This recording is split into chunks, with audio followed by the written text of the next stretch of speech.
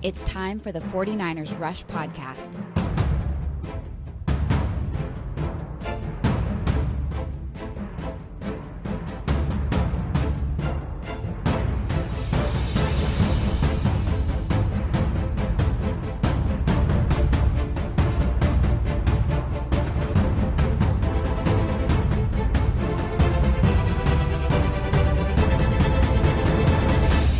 And here's your host, John Chapman.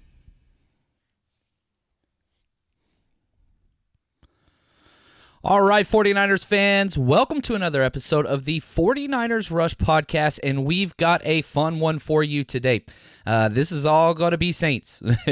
This is why we are here. The Saints 49ers, in which could be the matchup of the year.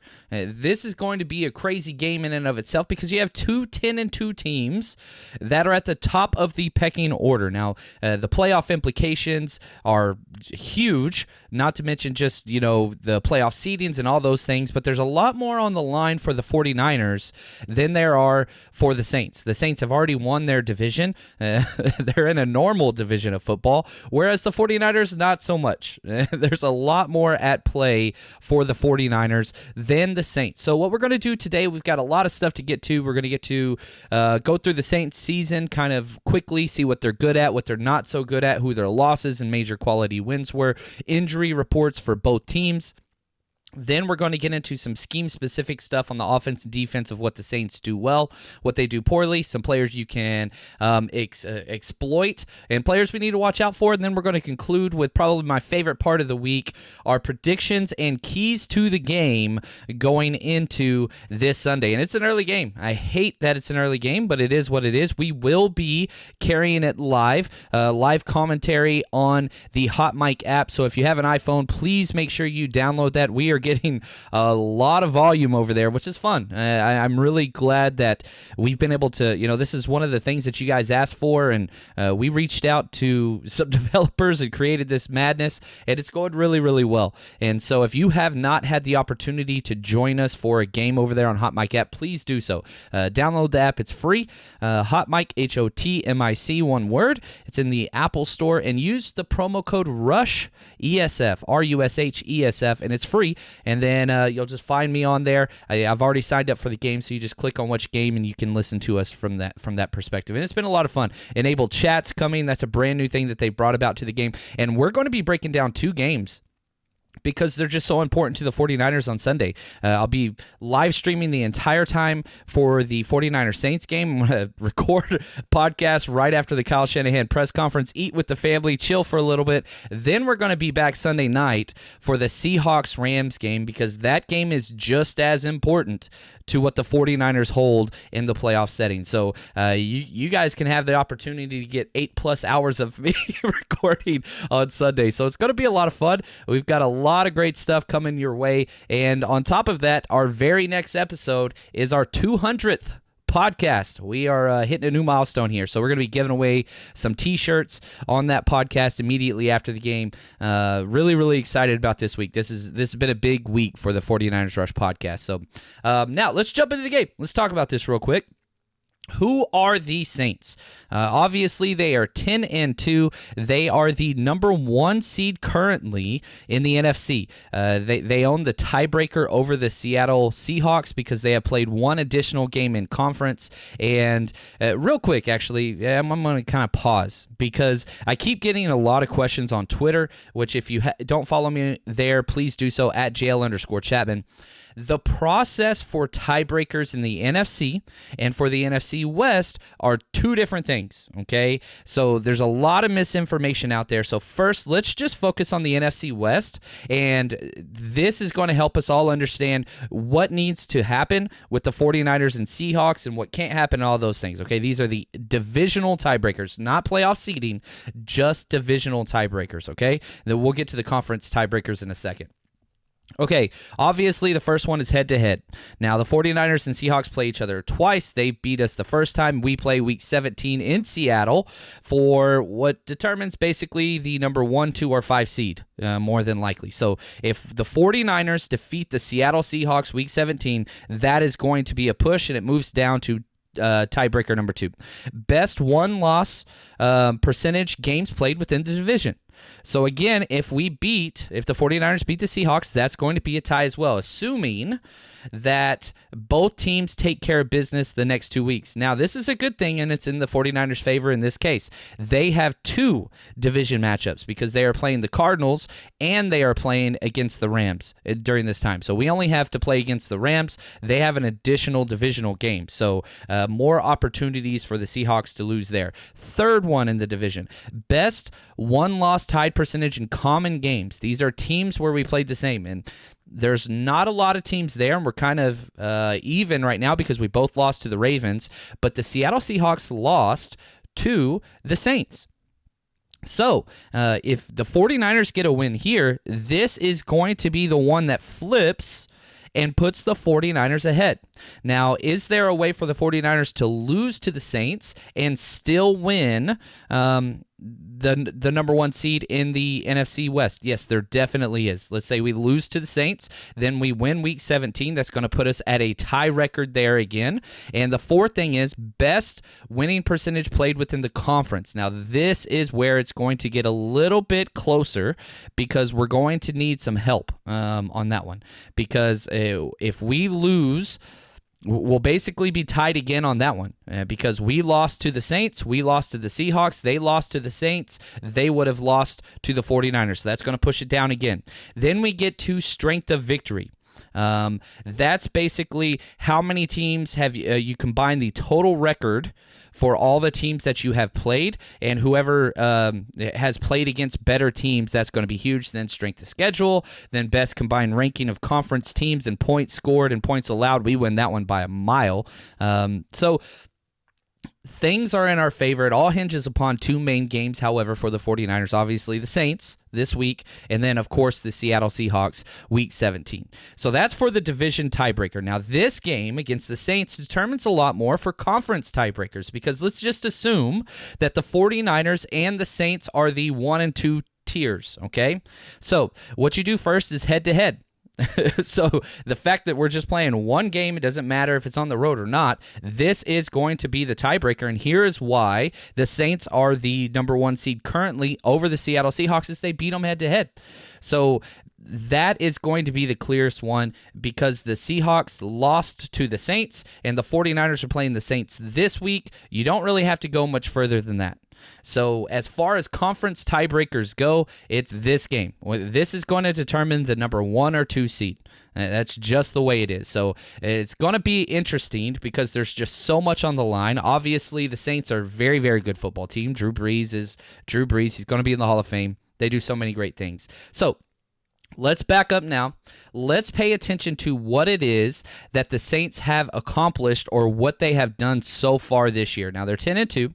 Their 2 losses, their 2 losses were at the Los Angeles Rams. They lost by 18 points to the Rams in Week 2 when we still thought the Rams were good. And then they lost to the Falcons, which in the Superdome, which is crazy, by 17 points. So you have these 2 main games that it's just quite interesting, I guess you could say. I don't really know how else to say. Sorry, they lost by 8 points. I was wrong on that one.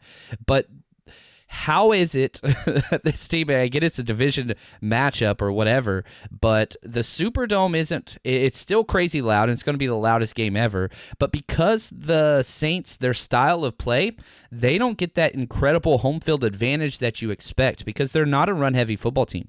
They're a very finesse-driven offense that loves to throw it to Michael Thomas, who's probably one of the better wide receivers in the league, and they love to throw it to their running back, Alvin Kamara. That's really their entire offense, and it's much more of a finesse, pass-happy offense. So because they don't play bone-crushing defense and they don't run the ball, it's one of those things that if a matchup team meets up against that, things go bad very, very quickly.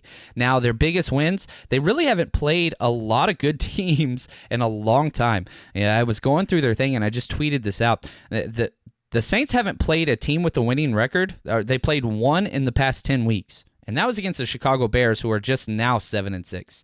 So they have played literally nobody. A lot of people want to get on the 49ers for how soft their schedule is. We've played 3 teams in a month with over 9 wins. They played 1 winning team in 10 weeks, and that's a 7-win team. And that's barely. Technically, you don't even count that game because it was this week. So they're just a 500 team, the Chicago Bears. They really haven't been tested. Now, they are coming off a Thursday night game, so they have a lot of extra time. So they got that 4 extra days. Seems like every single team the 49ers play has had more time to prepare, but that's just kind of what it is. So it's interesting to say the least. We look at the history of this matchup. The 49ers have dominated it. 48 wins to only 26 losses against the Saints and 2 ties. So you've got a 22-game advantage over this team. Historically, the Saints have been a very, very bad football team until Drew Brees decided to sign there in free agency, and that kind of shifted for them. But what Sean Payton has done is pretty impressive. I'm not trying to take anything away from what they've got going on there. Now, before we continue, I do want to say thank you to Manscaped.com for making this podcast possible. Please use promo code 49ers, and they are going to hook you up over there. So here we go. Jingle balls to the walls, fellas. Listen up. Untrimmed pubes are a thing of the past. It is time to gear up and get yourself the gift of shaving this holiday season. I am talking about the Manscaped Perfect Package 2.0. They are going to take care of all your male grooming needs. And on top of this, here's the deal. Nobody likes smelly people. It's just what it is. The Manscaped Perfect Package 2.0 includes the Crop Preserver, which, get this, this is an interesting one, an anti-chafing ball deodorant and moisturizer. So you put deodorant on your armpits, why not take care of your nether regions? You don't want them smelling either. Head over there to manscaped.com, use promo code 49ers, 49ERS. You're going to get 20% off and free shipping with that, and trust me, your balls will thank you. So I really do appreciate those guys. A lot of support from them. Manscaped.com, help making the 49ers Rush podcast possible. Now, let's go over some injuries because we got a lot of news today. The Saints just about 30 minutes ago declared a lot of players out. Okay, both their starting linebackers in their 4-2 sets, Kiko Alonso and A.J. Klein, have been ruled out for the game. Their fullback / short yardage guy, Zach Line, out for the game. Their right guard, Andrus Peat, who was a Pro Bowler last year, broke his forearm. He's out. Tight end Justin Vanderlyn, he's got a concussion issue. He is out. He's kind of their second string guy. Really more of their third team blocking tight end, but he's one of their backups. Then on top of that, probably the biggest injury is their left tackle, Teron Armstead. He had a high ankle sprain 2 weeks ago. Now, he missed last week versus the Falcons, and he's going to be a game-time decision. Now, he missed last week. He has gotten in 3 limited practices, but he's still very ginger on that ankle. It's a high ankle sprain, so if he does come back, it's going to be a very quick recovery time of only 2 weeks. So this is going to be key because he's going to be one of the most important players as D Ford's back this week for the 49ers and Nick Bosa. So not that Nick Bosa's been injured, but that's going to be the 2 prominent matchups against this left tackle, who's, you could argue, Teron Armstead's the best left tackle in the NFL in a pass protection. Like, he's up there. He's involved in the conversation. I'm not saying he's the best, but you could make the argument that he is one of the best. So if he is out, it's scary because the Saints are already out with the right guard. They have a rookie center, Eric McCoy, who I love, but he does have a lot of penalties. And then they could possibly be out with their left tackle. And even if Teron Armstead does play, he's not going to be 100%, and he's going to go up against a ridiculous amount of talent that's going to be coming at him all game with Eric Armstead, D Ford, and Nick Bosa. So really, really excited about this front line and exactly what they can do. Now, let's jump in. I just want to take a quick thing. Again, really do appreciate everybody joining us. This is awesome. I love the amount of involvement we're getting on the live show. And if you are watching or listening, wherever it is, Twitter, Twitch, Periscope, YouTube, we're all over the place. Please hit that like button and make sure you hit the subscribe button as well. It helps us out a lot. So here we go. John, who is better, the Packers or the Saints? Man, that is a great question. I think man, I think the Packers are better. I really, really do. When you watch the Saints film, they do a few things very, very well. They don't beat themselves. They are very, very consistent, and they move the ball very, very well. But the things that they are best at is just getting first downs and underneath stuff. Drew Brees doesn't throw the ball deep anymore. That's a thing of the past. He has 6 passes completed over 20 yards. So you really can shrink up the box, and if you make your tackles against this team, their offense really isn't anything spectacular. Now, I will say this, the Saints' defense is far superior than that of the Packers, but they do have a few players, the Saints do. They really only have 3 studs.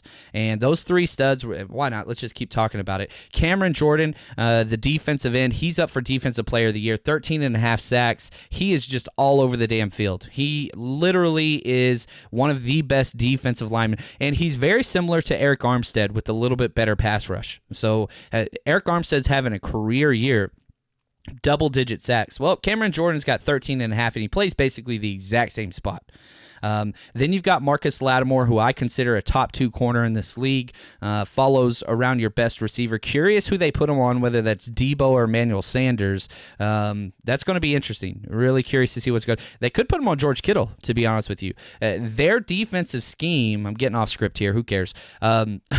Their defensive scheme is very similar to the 49ers in their front 6, where they do a lot of wide 9 stuff, but even the safety play is very, very similar. The main difference is they do more true man on the outside with their corners and allow their safety, Marcus Williams, to just kind of free range. So they don't do the true cover 3. It's much more of a cover 1 or a cover 5, as some teams call it, where you run man underneath and you just have a safety just doing whatever he wants to do in the back. Now, that safety is Marcus Williams, who has 4 interceptions on the year. He's having a hell of a year.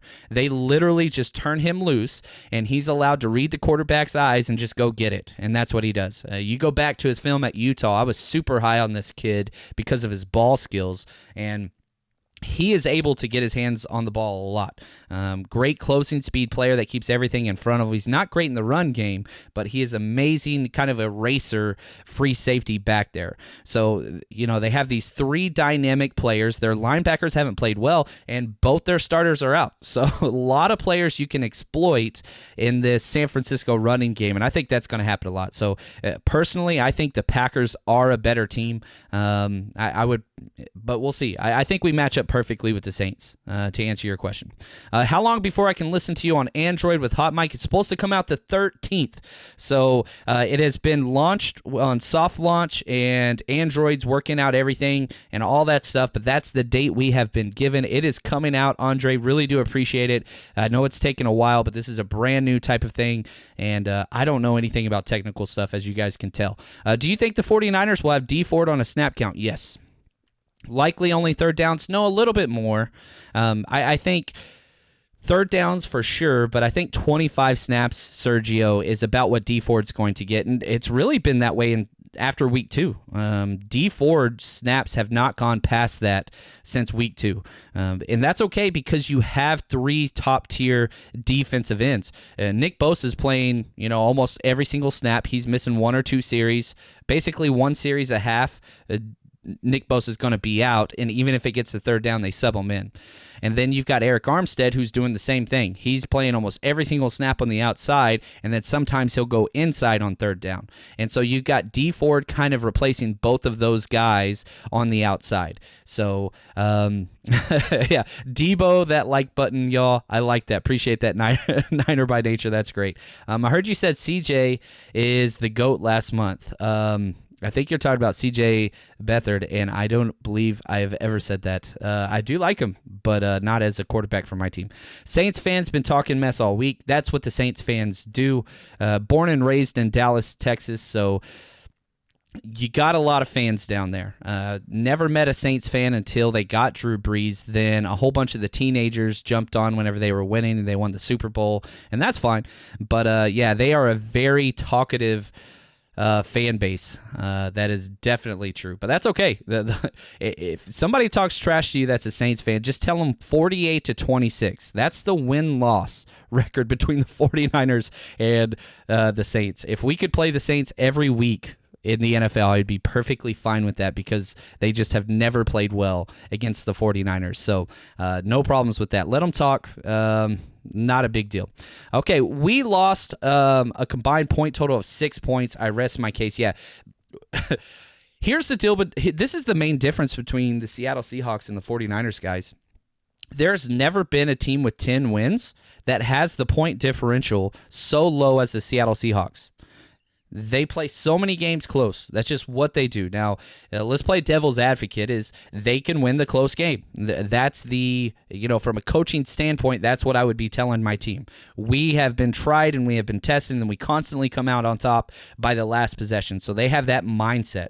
Now, the reverse side of that is they play to whatever level their opponent is, because they can barely beat really, really bad teams.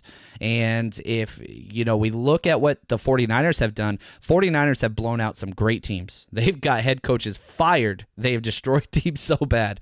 So I really do think that there's not really a debate over the ceiling of each team. If the 49ers are on, they can win by more than 10 points against any team in the NFL.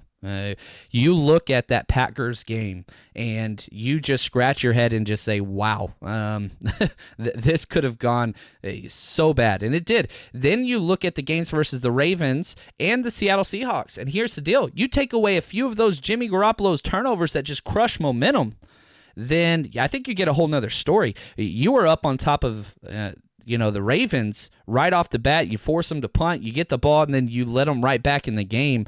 That game totally could have gone differently, but you get those turnovers, and it changes all of possession, and it just changes the outcome of the game. So that's what turnovers do, and that's why they're such a big deal, and probably one of the biggest differences between this year and the 49ers last year, who very similar personnel groups. We haven't brought a lot of people in here.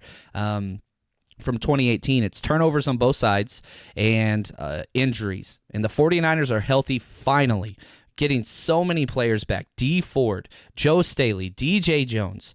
There's just so many guys coming back. Literally, the only two players that probably won't be playing this week is going to be Dante Pettis and Julian Taylor. I really think those are about it. And that's about all we got that's going to be out. So some guys are playing banged up. Jaquaski Tart, sorry, I forgot to leave him out. He's going to be out as well. So outside of that, only one of those guys is really a starter. So very, very healthy, and that's crazy that we finally got to this point. Hopefully we can stay there. From JP, I got two friends in New Orleans right now. He said Niner fans everywhere, and their plane was full of the faithful. We have a presence in the Big Easy. Let's go. Yeah, the Niners have traveled so well this year. The fan base of the 49ers is special. And we've had a rough few years.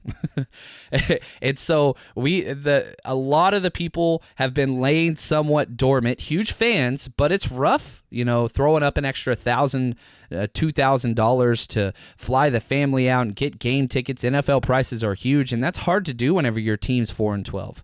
And so whenever your team finally shows up, man, the 49ers are a lot of fun. And what they've been doing and the product they've been putting on the field, you want to be a part of that. So I get it. And again, we've got the Blue Chew. I appreciate that. Thank you to Blue Chew. Fable JVC. That's right, BlueChew.com. Use promo code 49ers49ERS. I love the comments on there. Appreciate it, guys. From Nick. Every game, our pass rush and run game is dominant when we win. Does this trend continue against the Saints? Heck yes, it does. The 49ers against non-running quarterbacks or mobile quarterbacks have been dominant. And so if you're going to have a quarterback sit back there, and that's what Drew Brees does, he does climb the pocket very, very well and elude pressure very, very well, but he's not a threat to run. Now, and this is key. We haven't brought this up yet, but this is one of my keys to the game, and I'm way off schedule, so who cares? Let's just keep talking through it. Taysom Hill, okay? There's two players that scare me for the Saints, and I say two players scare me. I think the 49ers are going to win this game handily. I really do think we match up well. But if the Saints are going to win this game, it's because of these two players. Taysom Hill, number one, and Cameron Jordan, number two. They have the power to take over a game. Taysom Hill he doesn't make any sense, okay? He's one of the fastest players in the entire NFL. He is huge, jacked, and he's mean as hell. He blocked a damn kick last week on special teams. He plays tight end, quarterback, running back, wide receiver. He does it all. And so they always use him. He usually gets about 20 to 25 snaps a game. He's basically D Ford on the offensive side for the Saints. He is a huge kind of dynamite piece that brings some electricity. The 49ers have showed they struggle very much. Now, we got it corrected against Lamar Jackson with the zone read. We're going to see some zone read this week with Taysom Hill back there at the quarterback position. So that is going to be key. If it's going to be 3rd and 4, Taysom Hill is going to be in the game, and he is going to be key. So that's going to be one of the things that we've got to pay attention to. Where is Taysom Hill? That's going to be huge. From Jim Brony, awesome name. How many snaps will Breida get? Will he or Raheem get more than Coleman since Coleman's lack of work in recent games? Here's the deal. There's no doubt Raheem Mostert was great. Now, Kyle Shanahan, he's so loyal to guys that he used to play for him. Ideally, what would happen here, okay, let's play 2 games. Number 1, John Chapman's the running back coach, and I get to determine snaps. Breida is starting. Raheem goes in on the second set, and I want to put Tevin Coleman out there for short yardage, kind of what we've been using Jeff Wilson Jr. for. That's what I would like to do. I want all 3 of them to get snaps, and you kind of rotate series, and you get them all in there, and then you go with the hot hand. If Tevin Coleman does another one of those 5 rushes for 6 yards type of crap, I think he's done. But Raheem and Breida should be getting the majority of carries. They are superior in the passing game, superior in the running game. The one place that Tevin Coleman has kind of continually shined out on is pass protection.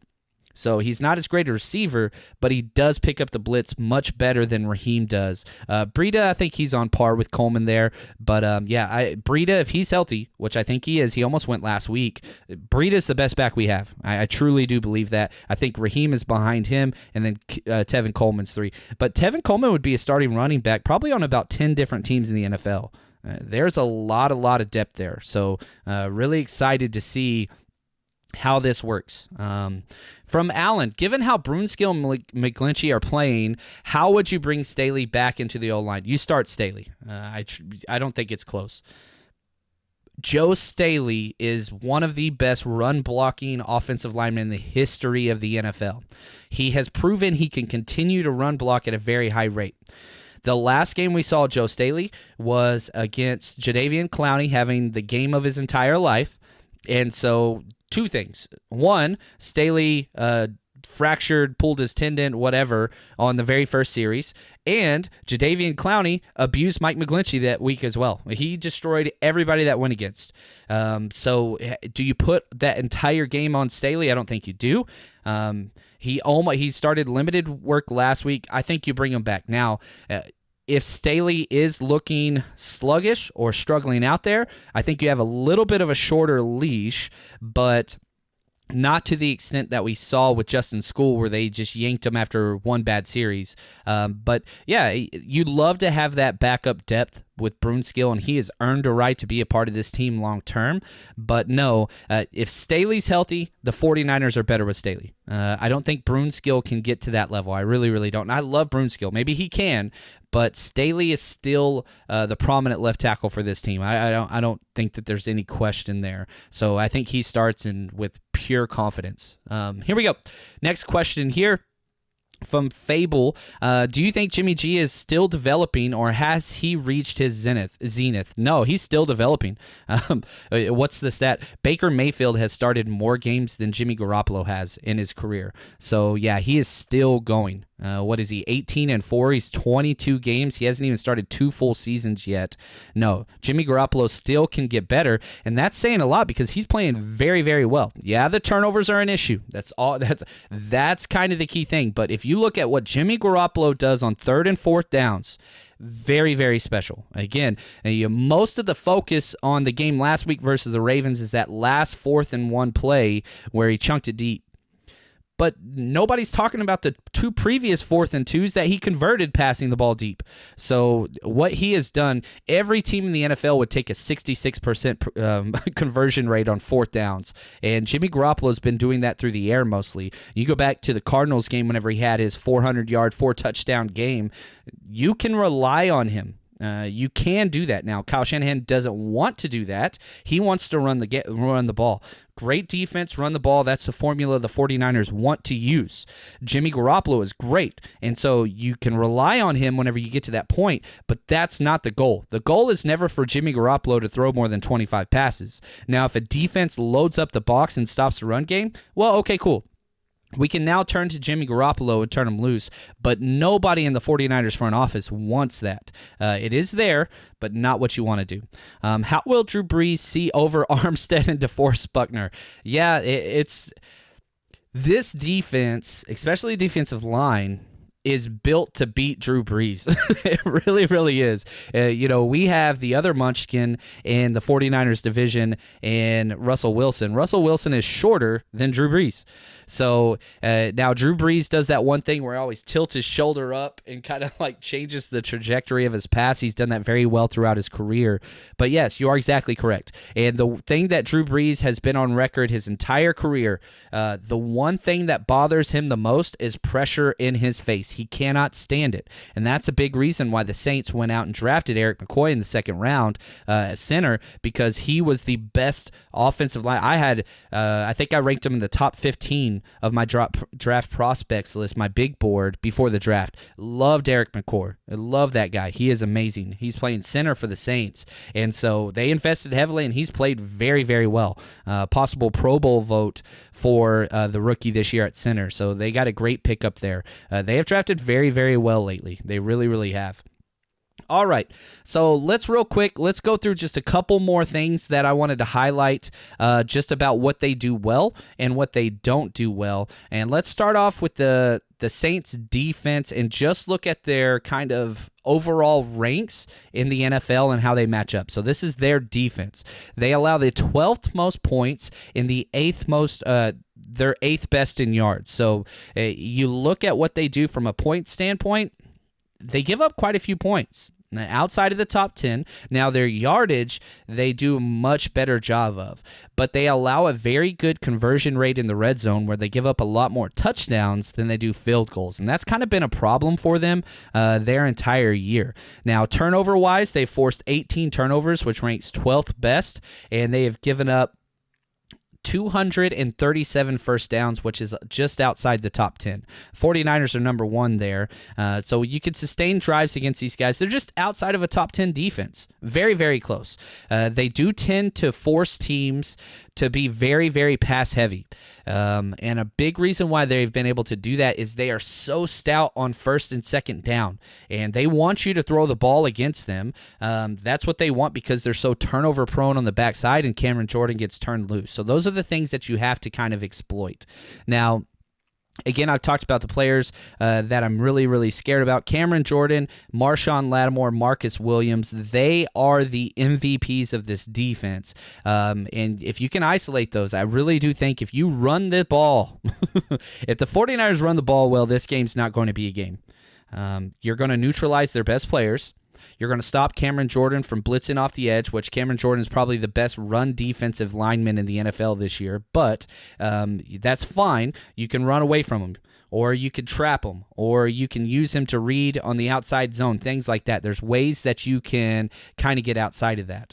And again, their defensive scheme, very similar to ours, except more true man on the outside. They always line up with a two-safety look, but as pre-snaps things happen, they always shift out of it to a single high safety. So it's not very... They don't cover things very well, I guess is what I want to say. Now, if we flip to the other side, the offensive stats. Here we go. Much better. They have scored the 9th most points and the 13th most yards. So it's very, they're flipped. Their defense gives up too many points and not a lot of yards, whereas their offense scores too many points and doesn't get a lot of yards. So they're not built the same way. And they have given up the fewest turnovers, only 7 turnovers. this year. 4 of those have come from Drew Brees, and they've only lost 1 fumble, so they don't put the ball on the ground a lot. And outside of that, there's not really anything that they do great, especially running the ball. They have the 23rd most rushing attempts. They don't like to run the ball. Only 7 rushing touchdowns, which is 22nd best. So they want to throw the football. It's kind of who they want the ball in Drew Brees' hands, and they just want to turn him loose. And that's what they want to do. And one of the things that's interesting when you watch film, they love to go from four wideouts to 22 personnel, back to 4 wideouts to 22 personnel. And that's like play. They want to confuse you not so much with pre-snap alignment and motions like Kyle Shanahan. They are just switching out personnel groups nonstop. They want fresh players in there, and they want you to get confused on where Taysom Hill is. That's the whole point of all the substitution that they're going to do. They'll throw a pass route, and if a wide receiver catches it on the sideline, they don't let him go back in. They keep him out, and then they sub somebody else in thinking the team won't notice. And sometimes they won't even huddle. They'll just rush to the line, and they'll just sneak Taysom Hill out there. If a tight end goes to the sideline, they're going to put Taysom Hill in for him. If it's a run, like, it's weird. It's like the play calling sheet for Sean Payton isn't so much about the situation on the field, down in distance. It's about who can I sub this guy in for and confuse the defensive coordinator. That's what they do. Now, the one thing that's probably good and bad about the 49ers defense is they don't predicate their calls on personnel groups. We run our scheme because we're such a dominant defense, and we don't adjust so much to where these players are. So that's a good and bad thing. Like, we don't rotate coverage like they do.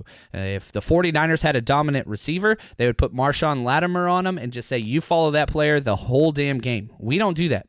We keep our guys where they are. Now, players to watch out for, obviously, Drew Brees. He's special. And the way that you beat Drew Brees has not changed in a very, very long time. You have to get to him with four men. You have to get pressure on him, but you can't blitz him. He's too damn smart.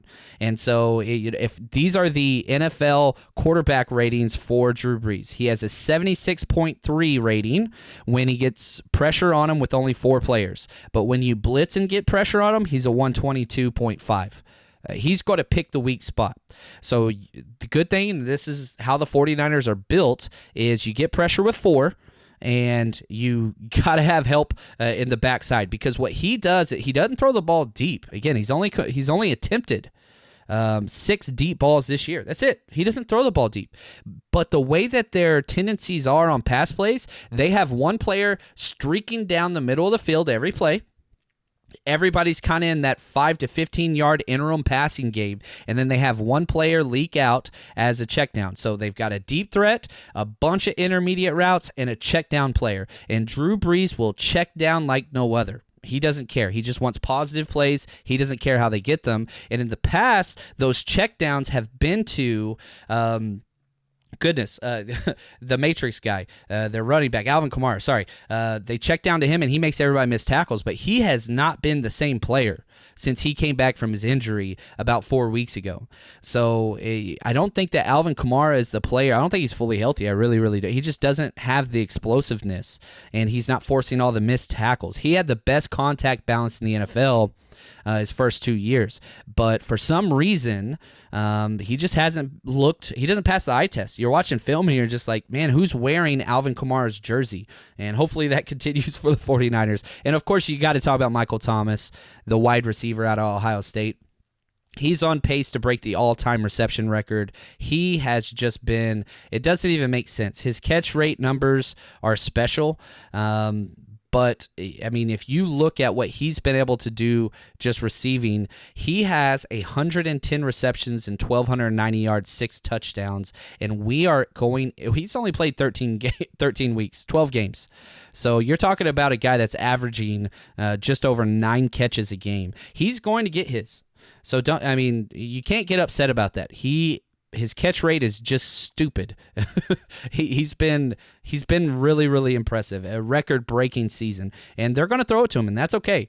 Not really an issue whenever you look at the big scheme of things. If they're going to beat us, it's not going to be because Michael Thomas goes off. Michael Thomas is going to go off, guys. You can't let everybody else beat you. That's kind of the key thing there. Now, Before we jump out of here, it's time for my favorite part of the whole week. I love this. The keys and predictions to the game. And I want to talk real quick about the Vegas lines. They changed again today.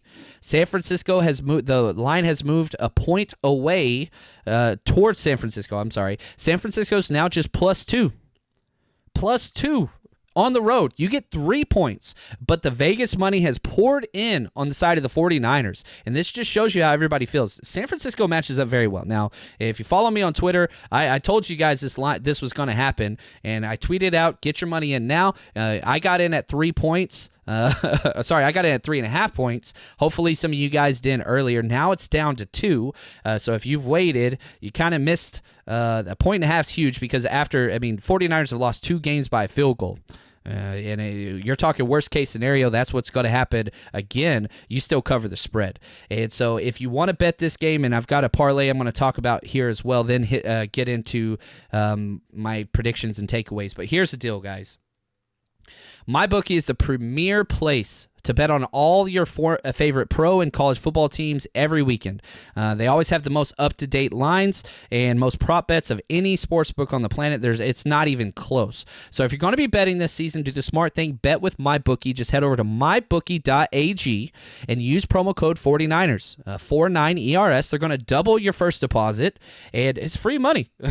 It's free money on there. So you get your initial thing. You could bet that, get it in and out, and all that stuff. And here's the thing. You play, you win, you get paid. So here are my 2 bets of the week that I want to do. First off, I'm taking the 49ers even +2. I was going to do a specific prop bet where the 49ers have to win between 1 and 13 points, but I got scared of that bet, not because I don't think the 49ers are going to win, but I think there's a chance the 49ers freaking pour it on. Very similar to the Green Bay game. And so I would hate to put that money down on that game and the 49ers win by more than 14. So I stayed away from that. I am taking the 49ers with the points. I am taking the 49ers with the money line as well because it pays out better odds. I love the matchup for the 49ers this week. Now, my parlay bet this week, which we hit last week, huge. It's a little bit of a safer one. I'm taking the 49ers +2. And then a parlay, basically you bet less and you win more, but it's more risky.